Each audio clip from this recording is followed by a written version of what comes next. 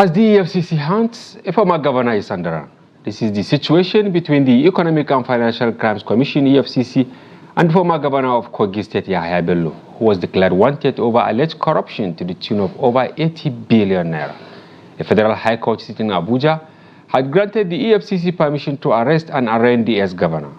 But Yahaya Bello, who resisted the EFCC's attempt is said to be relying on the ruling of Kogi State High Court sitting in Lokoja, which restrained the anti-graft agency from arresting him or detaining him or even prosecuting him. This amidst conflicting court orders on Wednesday. EFCC operatives stormed Bello's residence in Abuja in an attempt to arrest him for arraignment. But the EFCC could not arrest the former governor, who was said to have been whisked away by his successor, Usman Ododo. According to reports, the EFCC has reopened money laundering cases against 13 former governors and some former ministers, with the amounts involved running into over 853 billion naira. In 2022, the Council of State, during the tenure of former President Muhammadu Buhari, pardoned former governors of Plateau State Joshua Dare and that of Taraba Jolly Inyame, who were convicted and jailed over corruption charges. Why is it difficult to prosecute high-profile corruption cases in Nigeria? We find answers to this and many more questions in the fight against corruption in Nigeria. Viewers, thank you for joining us on Daily Politics, and I'm Hamza Idris. Tonight, you will have the opportunity to share your opinion through dedicated telephone line as the program unfolds. But here in the studio, we have been joined by the Executive Director, Center for Fiscal Transparency, Umar Yakubu. Thank you for joining us on the program. Thank you, sir. And we're happy having you. My pleasure, sir. But before we commence the program proper, here are some tidbits. The immediate past governor of Anambra State, Willie Obiano, on Thursday failed in his bid to quash the 4 billion naira theft charges filed against him by the EFCC. Justice Inyang Oko of the Federal High Court in Abuja dismissed the preliminary objection filed by Obiano to challenge the powers of the EFCC to try him. The judge, however, granted Obiano's prayer for the release of his passport to enable him to embark on a medical trip abroad. And elsewhere, elsewhere here in Abuja, the Attorney General of the Federation, former Attorney General of the Federation, Mohammed Bello Adoke, has also been discharged of all allegations leveled against him.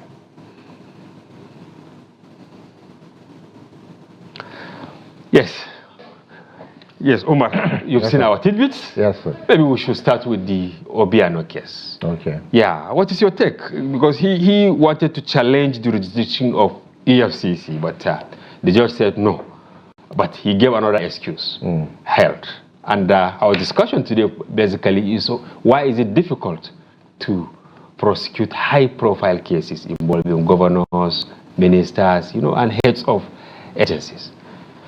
Wow, that's a very broad question that will take a lot of time for us to dissect. But I need to take you back to pre-1999, where we had the military regime. So when you compare, why is it we're not having much this kind of cases during the military regime, but during a democracy that we've all signed up for, why do we have so many of these cases? Yes. And some of the reasons are, we cannot exhaust them now.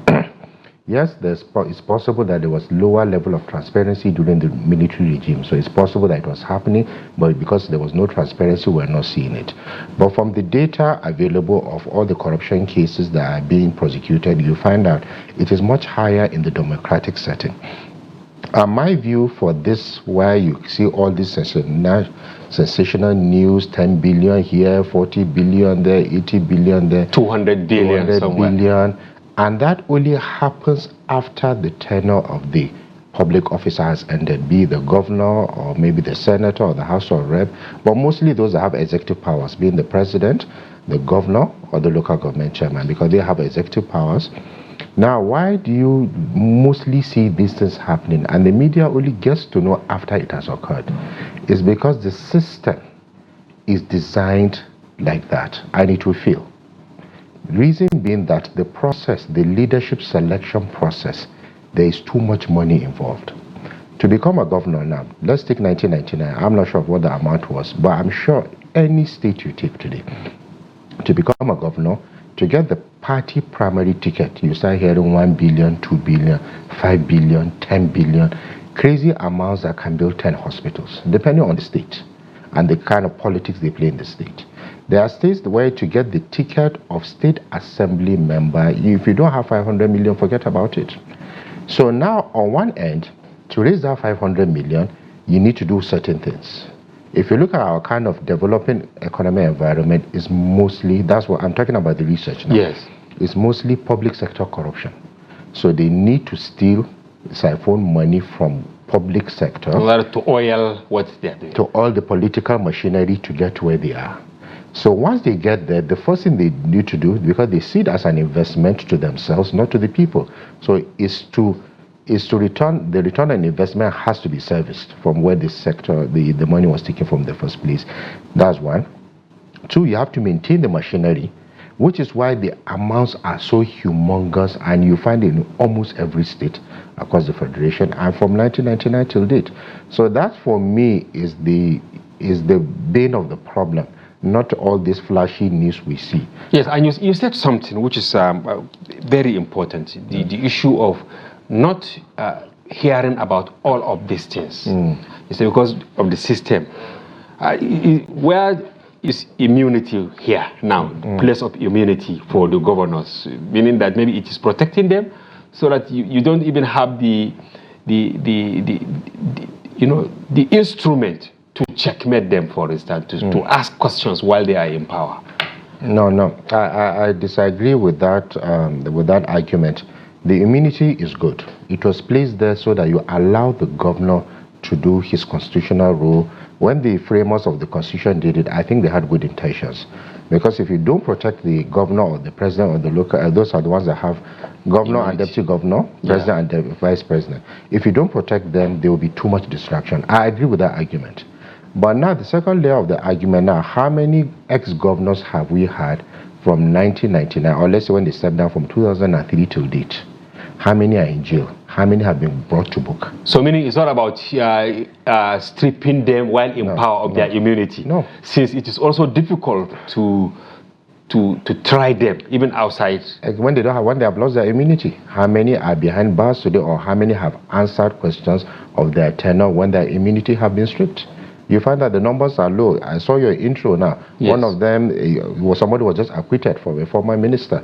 So, and he didn't have any immunity. So the immunity is good. So sometimes it becomes a distraction. Oh, he has immunity, so will not do anything till he steps down. Then when he steps down, you find that it's harder to even achieve what we're supposed to achieve. So I think on this, and I'm sure you're coming to that question, on the recent one, because he had immunity, former governor, and now they're trying to arrest him, and there was resistance. Yes. And that is it, Governor Yahaya Bello. Yes. He doesn't have immunity. But somebody, before we came to the studio in the newsroom, he was teasing me of sorts, you know. He said, the IGP, now that he has withdrawn the police around the former governor. So he was asking, editor, why can't you ask the IGP? Why can't he direct the police to now arrest the former governor? He will run there. So he was trying to actually make mockery of the whole process, you know, involving all the security agencies. What is your take? Because I think the police around him should have been asked, because they have direct contact to say, okay, you have the arm, you can arrest the person we are looking for. Yeah, well, I agree with you in that area, and which is why most of the time evaluations with the reporter who actually challenged me. Which is why most of the time when evaluations come from the international community, you find that the first area we're always lacking is interagency cooperation, interagency rivalry. All this has happened. Now, if there was cooperation, all the law enforcement needed to do in this case, that's the EFCC, was to inform the police if the police were aware, so they would have effected the arrest on behalf of the EFCC. Don't forget that even most of the EFCC still has 7 policemen that support some of their core functions and their operational functions. So that could have happened. So that usually happens when there's low level of interagency cooperation and intercommunication. Or even sincerity of purpose. Because in this case, for instance, I found that question, even the rhetorical absurd from our reporter, that you are looking for this man. And of course, by virtue of him being an ex-governor, he has police and even DSS, I think, attached to him. Yeah. Now, the easiest thing is to say, bring this man, but rather you now withdraw the police, or maybe by the time the governor was taking him away, they allow all the other policemen around them, to have their way. So now to another issue, like the period it takes to prosecute some of these high-profile cases. Where is the problem? Is it from the prosecutors, or there is meddlesomeness from powerful forces? That's it. Okay, like I was explaining to you now, the political system is not ready to combat corruption. It doesn't really have to do with the individual that is there. The president, the president, if he wants to fight corruption, it matters. But if you look at, because I have at least some knowledge of the workings of the EFCC and let's say the ICPC, okay, they have a pyramid scheme in the sense that before they invite you, let's say a governor, they would have done all the preliminary work, all the groundwork. So it's a pyramid, it comes up. So the suspect comes last. In this sense, let's say the governor or the minister. Yes. They would have had all the evidence on ground, all the transactions you did, who it was sent to, the companies used, the financial institutions used, the non-financial institutions used, the BDCs used. All those things would have been documented first. So by the time the number one suspect comes, it's about display of evidence, which will be difficult to contradict. So sometimes I can understand why it may be painful for the law enforcement to hear them say, or maybe at the court they say that it's the lack of diligent investigation. I kind of disagree with that. Because you can see, because there are technical issues to a law where they use now technicality to knock off some of these things. So I think investigations are done. There's room for improvement, a lot of room for improvement, but they're largely done. But the political climate is what interferes with all these cases. Invite any judge here, any judge, and because we have had a program from my center with judges, they will tell you they were at peace before the politicians came. Judges? Yes. Invite any judge, they will tell you that, but when it comes to election petition cases or corruption cases, the kind of pressure they get is out of this world. It's out of this world. So you find, and I don't want to mention the judge's name, he was of course. Virtually all of them were frustrated because it's a system.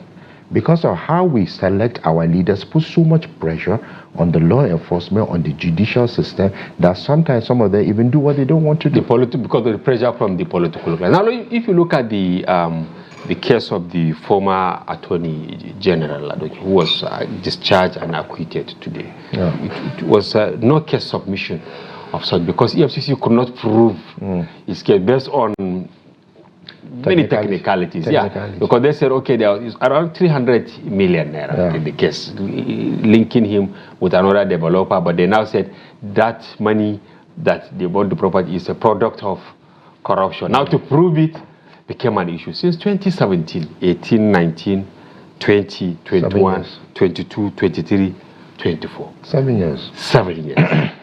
And most likely more than the amount has been being, that they are trying to recover has been expended maybe across various quarters. Now, is it that the law enforcement agencies are not really ready to fight, or they are not well equipped in terms of knowledge and some of these things?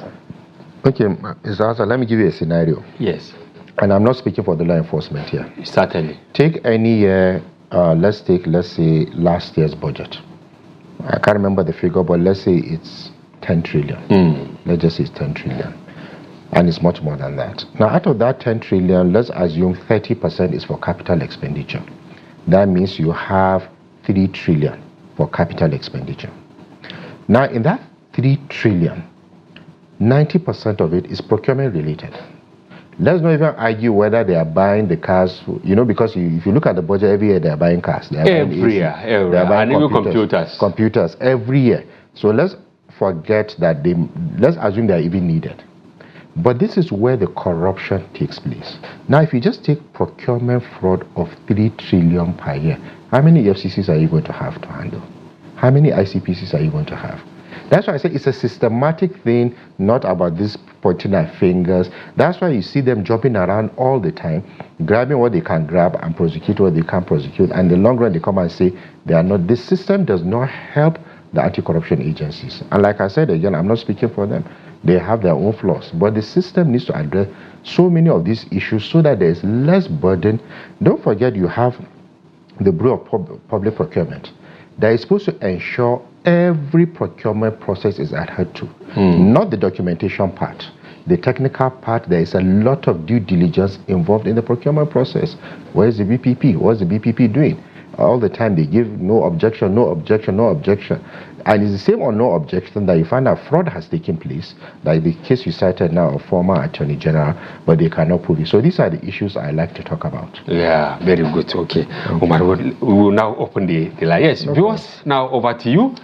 Feel free to call using the telephone number displayed on your screen to now comment on this important topic. Why is it difficult to prosecute high-profile corruption and related cases in Nigeria? Over to you as we await your call. Now, Umar. Yes, sir. Yes, you are for transparency, right? That is the name of your center, yes. Fiscal Transparency. In some countries, it is very easy to track any kobo, that passes through any agency and all that. Is it that we don't have such checks and balances, or we deliberately sabotage those processes to the extent that those in position of authority will have the leeway to do whatever they like with public funds, only for us now after they leave office to say, okay, we want them to bring back those funds?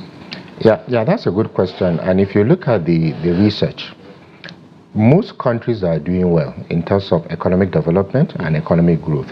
We like to cite the US, UK, Japan, Australia, Germany, all of them. Now, there's something they have. They have deepened the level of transparency. Today, with a simple Google, you can see the actual salary or what the salary and whatever, let's say, a prime minister UK earns. And every citizen knows. And the moment he does one thing that is seen to be outside his legitimate income, they will know. They will know. And he will call to order, even while in power. Immediately. So where did we get our kind of immunity that you don't question? Because that is the question I always ask people, and I'm sure our callers will also ask you this question. Yeah. Yes. But thank God we have a first caller. Okay. Let's hear him, and he's Benjamin from Abuja. Benjamin, welcome to the program. Good evening, sir. Yes, good evening. How are you? Yeah, I'm fine. All right. Yeah. So what is your take? Why is it difficult to prosecute corruption cases in Nigeria? Okay. The major problem why it's difficult to prosecute corruption in Nigeria, the high cases of corruption is in the high profile of Nigerians. So you can't prepare the law that will cut off yourself. So majorly, they are directly involved in all these corruptions, which without them not being on top of the case, there's no way that they can prosecute all those things. And they use power from above to subdue some of all these things. Our law courts are no longer in the law court standard that we rule. Is the highest take the bidder now. And that is just the issue that is reigning in our country. If you have money and you do something high, you can go away with this scot-free in our nation. So until when we take all these things right, and our leaders are ready to back up to prosecute anybody that in this thing, there's no way we can get it right. So it must be again from the top to the bottom. All right. Majorly from the top. All right. Thank you so much. Thank you very much, Benjamin. Yes, Umar, Yes, you had Benjamin. He mentioned two things. Okay. Number one, that the corruption has permeated the society. Yes. Almost every other person is involved. So if you are charging governor, the tendency is that it's not about him only. The accountant general, probably the commissioner, the contractor, even the messenger is involved in the corruption on one hand. And on the other hand, even if you take the case to court, the highest bidder has his way. Do you agree with him? Not entirely. Not entirely. I agree with the first part. I don't agree with the second part. In the first part, yes, if you say corruption has permeated everywhere, let us assume it's a cancer. Because when cancer enters the host, it goes everywhere and scatters. So what do you want to do? You prevent it from entering. You prevent it. You prevent it. And what are our prevention mechanisms? Before the call came in, you started with one, transparency. If I ask you the allowances and the salaries of your governor from your state, I'm sure you don't know. You don't know. Neither of your local government. If you cut across, most people do not know because people do not know. And it's very easy to see. Sometimes, and part of the problem, the citizens were too disengaged. We really don't care about what our leaders do. How do you... Maybe because we have lost case? No, sir. Okay, we have another caller. Let's hear him. Yes, Ahmed from Nasarawa. Welcome to the program, Ahmed. Oh, we lost Ahmed. Okay. So you say people are disconnected? Disengaged. Okay, disengaged. My sense is now, you could have a friend today. Yes. You know his income level. You know his house. You know his car. The next thing let's say state assembly, let's even go to the lower level. He becomes a state assembly member. That's not an executive position. The next thing, his lifestyle, quote and unquote, changes. He has more cars, probably more wives, more houses. His lifestyle improves. Now, the other countries I was citing, citizens will ask questions. Where did you get this money from? Where did you get this money from? There was a time the British Prime Minister, for violating a traffic offense, you needed to see the country rose up. A traffic offense, which he did. Not talking about money. But here, the problem, our culture, I don't know where we got it from, we try to now look up to those people that... We celebrate them. We celebrate them. Sadly. Okay, we have our third caller from Borno, in the person of Adamu. Adamu, welcome to the program. Good afternoon. Good evening, sir. Yes, good evening, Adamu. Okay. Our topic, why is it difficult to prosecute high-profile corruption cases in Nigeria? Let's have your thoughts. Yes, sir. Our problem is that our leaders, they don't have any patriotism in their heart. Okay. And after that, you see, for example, as of now, you see right Abdurrashid Bawa now is now, as of now. You see, our leaders, they will, immediately after they get the mantle of leadership in their government, after they produce to another person, then you will see that immediately after something has gone on, they will not start investigating everything. For instance, see the way that our former politician, Abakari, we have achieved a lot. And as of now, after they found him that he is guilty, they do not even dare to look about options. Yeah. So those people that the money that they receive from that corrupt people, they just will draw the cases and forget him apart. All right. Yes, sir. Thank you very much, Adam. Yes. So, I mean, we'll continue to manage, our guests because of the, you can see everyone comes with his own perspective. Yeah, sure, if you look at what Adamu said, it's like he took the blame to politicians who, to some extent, adulterate finest of our, law enforcement agencies. He started an example with Abdurrashid Bawa, former EFCC chairman, even though I don't think if any charge of corruption has been filed against him. Now he also brought the case of Abakari, the super coup, that midway he was influenced by politicians to now veer off track. Now, what is your take on this one now? Yeah, again, it's very common all over the world for law enforcement to be influenced, to be induced, to be bribed. Even those that are supposed to fight corruption, it is very common. That is why you find out even in the US, they have a whole department, the FBI, they have a whole department of internal affairs to check the conduct and practices of officers. And Nigeria has adopted that. At least I know the EFCC does that. Of course, the police will definitely have that. So that is common to have that, because they know it's not easy for, let's say, a law enforcement officer earns, let's say, 1 million naira a month, and he's investigating a case of 10 billion. Naturally, his natural instincts start to force him, to start thinking, having ideas. But be that as it may, that's why you have the checks and balances to ensure that these things do not happen. Which is why the case of the former Abakari is very sad to anybody that listens to it, because he had done so well, so much, but now there are allegations. Multiple medals. Yes. Somebody that had a standing ovation in the National Assembly, if I'm correct, one time. Even outside the country, quite a number of commendations for him. But somehow now the NDLA, if I'm correct, are the ones prosecuting him for some drug-related crimes. So it's very sad to hear that. But that it happens, and it's not out of the norm, but it should not be that is the practice everywhere, that all law enforcement. I hope to ask you a question around this after we listen to our next caller in the person of Yakubu from Kaduna. Yakubu, welcome to the program.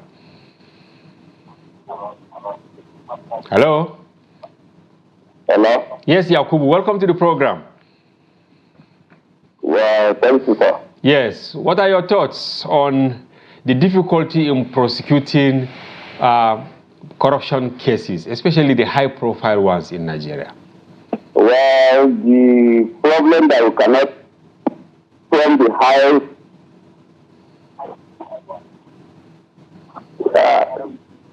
problem that you cannot from them, because the corruption now in Nigeria is rampant. The corruption law. Because why I said that it's rampant, anybody that they get or they give you office to maintain or to do something, to try to see that let them achieve what is belong to you. But that thing belongs to Nigeria, but still you take it off. And even the government gets it. They cannot say anything, because then the higher ranking, they are too corrupt. Okay. They are corrupt. When you look at, for example, just a recent cases that we are raising now. Yes. When you look at the case that they raise that highest ranking directly, this is how you do it, it's not right. And you see now they say tomorrow, next tomorrow, even you take them to the college, just wait your time. Okay. You take them to college, just wait your time. So Nigeria is to the point that everybody has to be a rich person. Okay.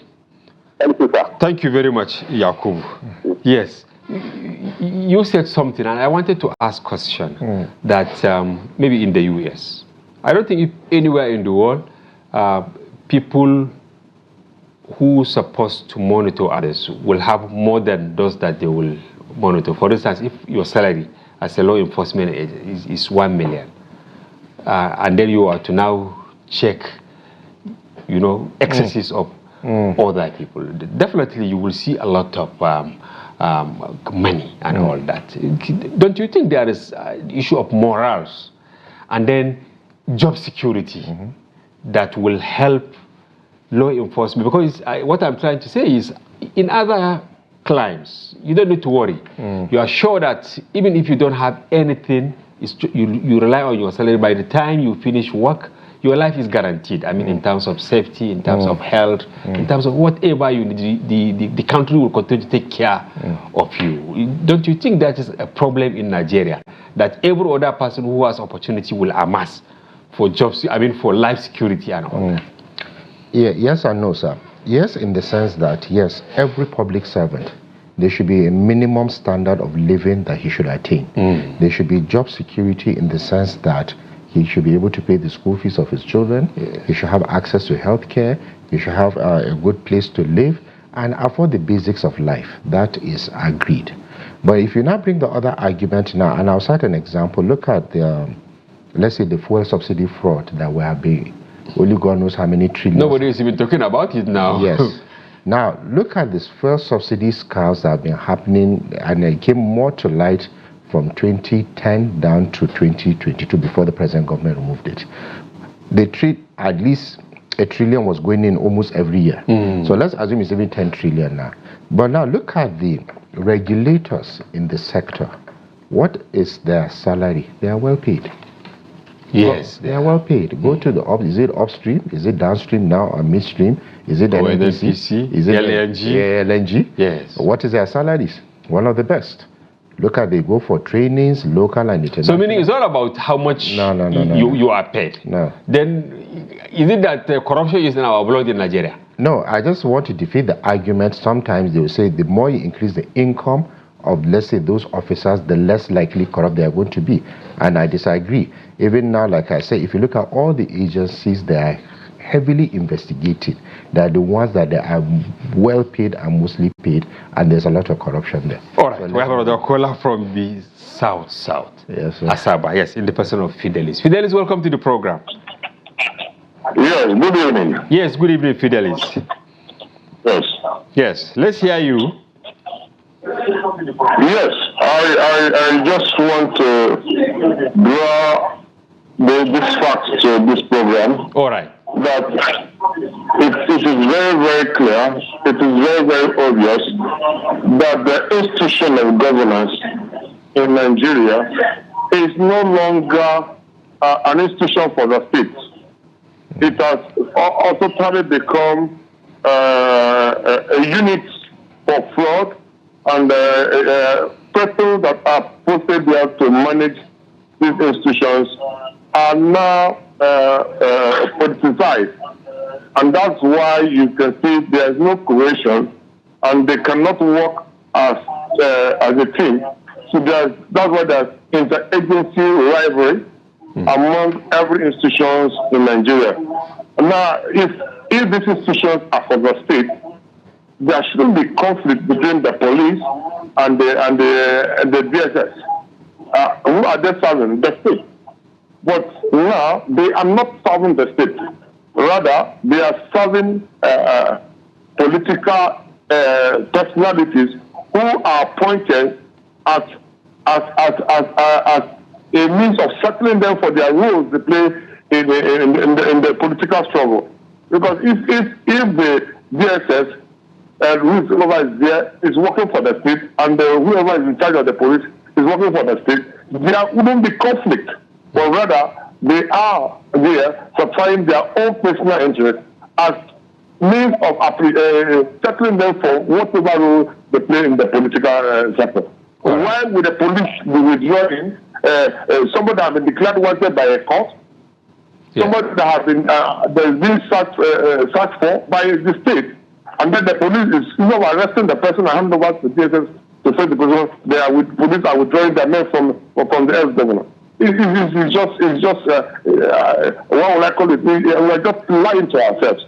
So it shows you that the institution of the state are no longer working for the state. They are working for their individual interests and to support their individual political goal. All right. We need to go back to the drawing board. Thank you very much, Fidelis. Fidelis went back to what you mentioned, yes, earlier. The structure of the state, and then political class influencing whatever these institutions do. How can we immune them to say that police, unless what the president, direct them to do, is, within the law, they will respect that. Is it that IG should not be appointed by the president? Maybe even Chief Justice?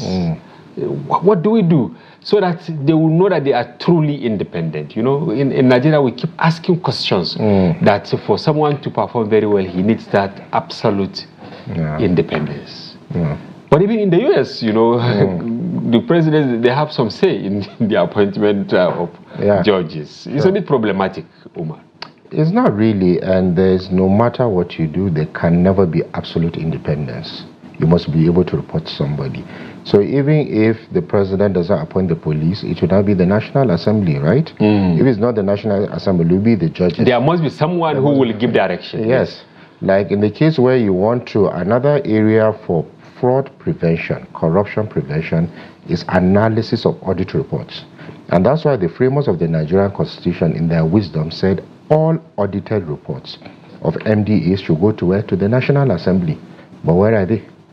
Even the Auditor General's office, I think, is staffed of funds to do its work very well. Now, what do you have to say on even those who have been found guilty, and at the end of the day, before you know, they slip out of prison yards? I'm sorry, but look at Jole Nyame, look at Darie. They were convicted after a tortuous journey, but ultimately, the Council of State, when you talk about the Council of State, you have all the former heads of state, you have all the former chief justices, you have quite a number of people. They now agreed that, okay, these people should be pardoned. Yeah, but like you said, this is a very tough thing to address. If the Council of State, where you have all the former heads of states, all the military, which is the conscience of the nation, thank you very much. To some extent, They are the father. I was at a program today, and when General Gowon came in, everybody just stood up. And they said, this is the father of the nation. So these are the kind of people we are talking about. Just unconsciously, that respect, that admiration, everybody just had for General Gowon. You look at somebody like General Obasanjo, former President Obasanjo, that's even being considered for a Nobel Peace Prize. He's known globally. Now, when this sort of caliber of people take a decision, is difficult for small you and I to say anything, no matter the lack of wisdom we say in it. Of course, if you remember, the law enforcement even issued statements of anger, of depression, of lack of, well, I can't use the word depression, but they were not happy. Many people were depressed, honestly, with the outcome. Yes, we have another caller from Edo State in the person of Friday. Welcome to the program, Friday. Thank you. Good evening. Yes, good evening. Yes, I want to contribute to this program. Excellent. Feel free, Friday. Yes. You see, we are saying, why is it difficult to prosecute high profile corruption cases, whatever? See, in Nigeria, they are not being sincere. And the leadership, instead of, you know, the essence of being a leader, you are to serve people. That is the meaning of leadership. You have to serve people. Now, our leader now, instead of serving, they become boss. Take, for instance, the governor. He was elected. People elected him. You know what it means when people have to go and queue up to vote? And after voting, they decide to become lords. That is why I say because I say that they are not sincere. If they are sincere, they are responsible to the people that elected them. But in this case, after they have elected them, they become lords. Take, for instance, Governor Bello, Yahaya Bello of Kogi State. Yes. You know how many people Yahaya Bello have destroyed in Kogi State in the course of being a governor? Allegedly. Huh? I say allegedly, right? Yes, allegedly. Okay, if you say, but I tell you, I am in Ogun State, and I come from Kogi State. I know some of my relations that Yahaya Bello have destroyed. Okay. Killed, murdered. Allegedly. And killed. Refine your words, Friday, so that yes, you know, when we talk about murder is a serious case. Yes. So what am I talking about? Look at before the election the other time, the money earmarked for the Ibaji road. If I remember, somebody said did it the other and that okay, they should wait until after the election before they disburse the money. Okay, now I want to ask you a question. Yes, Friday. So what do you think? What do you think must be done so that governors will not have the luxury of power? You understand, to do what you allege that maybe Yahaya Bello has done. What do you think should be done? Is it that we should change our constitution, or we should strip the governors of immunity? What do you think should be done?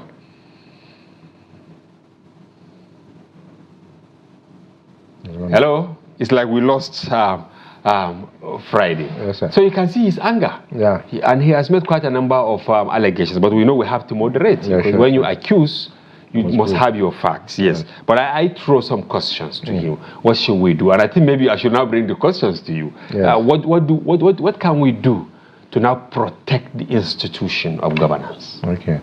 And from your last three callers, yes, you can see a trend of citizens expecting saints, angels to be leaders. In the last 8 years before this government, we elected somebody based on those soft issues of integrity, honesty, lack of corruption. And you and I know the data shows that it was one of the worst periods this country has experienced in terms of GDP growth, in terms of unemployment, in terms of access to healthcare. All the economic indicators were very bad in the last 8 years. So that's to show you it's not enough for the leader to have, when they say leaders do not have conscience, it is expected, you know that. So you have to design this, is the system, like what we like to compare with those countries we love to go to, is the system that will prevent you that even when you want to violate the law, the system will not allow it. And since we're discussing corruption now, imagine a scenario, just an example, where the president or the minister or the governor sets up an e-procurement system that is open to the public, meaning there is no room for discretion. Now, whether you're a good person or you're a bad person, you cannot disrupt that system. So it has nothing to do with you. It has nothing to do whether you have integrity or you don't have integrity. Those values matter. But sometimes you have to design the systems where you cannot violate it even if you want to. You understand? Now, when they brought some initiatives, let's say the GIFMIS, the Treasury Single Account, TSA, yes, which yes, we commend them. Now, whether you want to siphon it at that time or not, you still have to remit it to the Central Bank of Nigeria, to the TSA account. So those are the kind of initiatives that should be done where you remove, if you cannot eliminate, you minimize human discretion. But Umar, when you look at even the TSA, yes, look at what happened during the former Accountant General of the Federation, who is facing, prosecution. Yes, sir. There are people who are in charge of the TSA, but look at what happened when he was suspended, the humongous amount allegedly siphoned by him. Yes. So I'm still asking whether it is exclusively the systems that you put or maybe the morals in us that you tell yourself that it is wrong for you to dip your hand into the public force and then do whatever you want to do with it. Yes, sir. But it's obvious now that the morals are not working anymore because every state has this kind of issue. At the local government level, there's hardly any local government that is really functional because they are being controlled by the governors. So where are the morals? In every local government, we have enough teachers, enough preachers, enough people of religion, we have the traditional rulers, but it's just not working. And those are the custodians of our morality in that sense, or our conscience. Our traditional leaders are religious leaders. But back to the other example you gave. Now, let's be a little bit positive here. Pre-TSA, how much was being diverted compared to when the TSA came? So meaning the TSA has reduced? Yes. That's why I said let's be a little bit positive here. But for every mechanism you design, there will be a loophole. Now, that's where you need the political will to block that loophole, which sometimes you don't get it. Sometimes. Or you find that there are other ways, sometimes they manipulate it and take that money. So the TSA helped. Undoubtedly it helped, but is it a perfect system? No. And are there supposed to be improvements on the TSA? Yes. And one thing Nigerians did not notice was TSA was the remittance process that was blocked, or that had improved drastically. Now, after you remit it, now you are still going to share back to those same. Yes, it's not just maybe a button that it doesn't have the other part to. Yes. Yeah. So when you are now sharing back to those MDAs and procurements and all that, where are the checks and mechanisms to prevent this corruption? That one too is not there because our procurement systems are still weak. They are still very weak. That's why all the public sector corruption, they are still having all these funny numbers left, right, and center. So the remittance improved because collection too is a problem, which we didn't have before. So it has improved. Now what you need to do is strengthen this mechanism for delivery and for service delivery. If you send 10 billion, let it be for 10 billion. And what is that 10 billion for? For God's sake, we have almost 1,000 federal agencies at the federal level. They are everywhere. At the states, what do you even have there? And you see them cross purposes. They are so bad now that the Oran Saya report is obsolete. I recommend people push it. Nobody should even visit that document because it's obsolete. You need to update it. But the president has given timeline for its implementation. Yes, I agree. But timeline for implementation, if you are reducing agencies, good and fine. But if you have, let's say, 1,000 government agencies, but you have about 60 or 62, if I'm correct, that are called government-owned enterprises. The ones that most of the revenue they consume, there are about 3 layers. Some collect revenue, tell you they spent 90% of what they collected. Exactly. Keep 90% to themselves or some different funny amount. Share it among themselves. For their primary responsibility. Thank you very much. Some will collect and say, no, we expended A, B, C, and D, so we're at the meeting. There was a time I think NNPC were even telling us that, in fact, we're even supposed to pay them back some money because they have used some on subsidy. But where's the accountability mechanism that we did not see? So there are a lot of issues to really address cost of governance more than reduction of the number of agencies. Now, as a transparency advocate, are you satisfied with our laws? Are they really strong enough to serve as deterrents? Yes, sir. Yes, are you satisfied with them? There are even too many. Our laws are even too many. We have too many laws. My brother, the laws are a distraction. When we don't want to do something, we'll call for amendment. Laws. The anti-money laundering laws we use, the anti-corruption laws we use, the asset declaration laws we use are similar to the ones used in Germany, in UK, and Japan. There are global institutions that monitor all these things. You have the United Nations Convention Against Corruption. Everybody is a signatory there. You have the FATF, Financial Action Task Force, all of them for anti-money laundering purposes and financing of terrorism. Everybody. But why, you now ask you, why is the one, for example, in Japan working and the one in Nigeria not working? Yes. So it has nothing to do with the law. So it is about us. Implementation, what they call, that's why when they even come to evaluate us, they will ask you for technical compliance and effectiveness.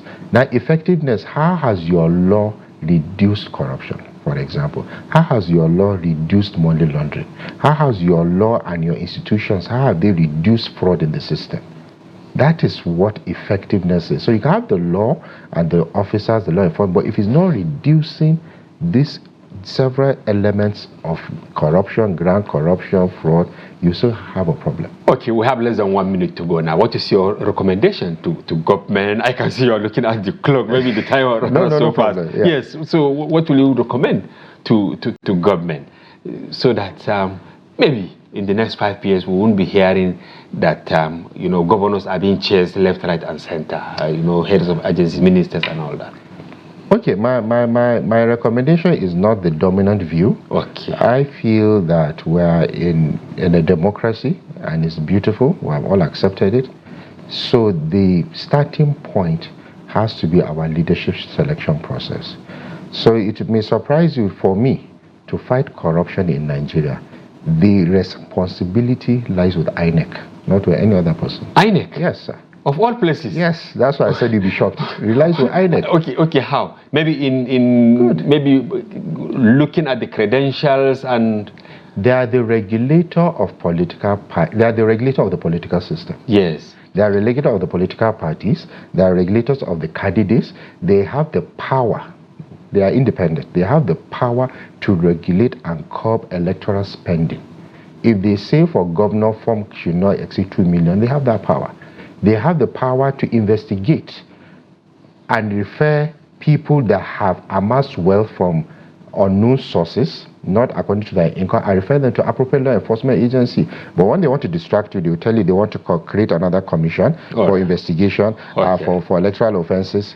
So it relies on INEC. All right, Omar, thank you very much. This is another vista for discussion next time. Thank you very much for your informed perspective and for helping me to anchor the program as we receive multiple calls from our viewers. We have to have you some other time. Thank you very much. Yes, our viewers, we thank all those who found the opportunity to call us, and for those who tried to call but could not, try your luck next week. And that's a wrap on today's package. We hope you found the conversation engaging and informative. And be sure to join Daily Politics airing every weekday and our special package on Friday, during which we open the telephone line for you to comment on national issues. See you next week for more interesting programs on Daily Politics. Bye-bye for now. I'm Hamza Idris.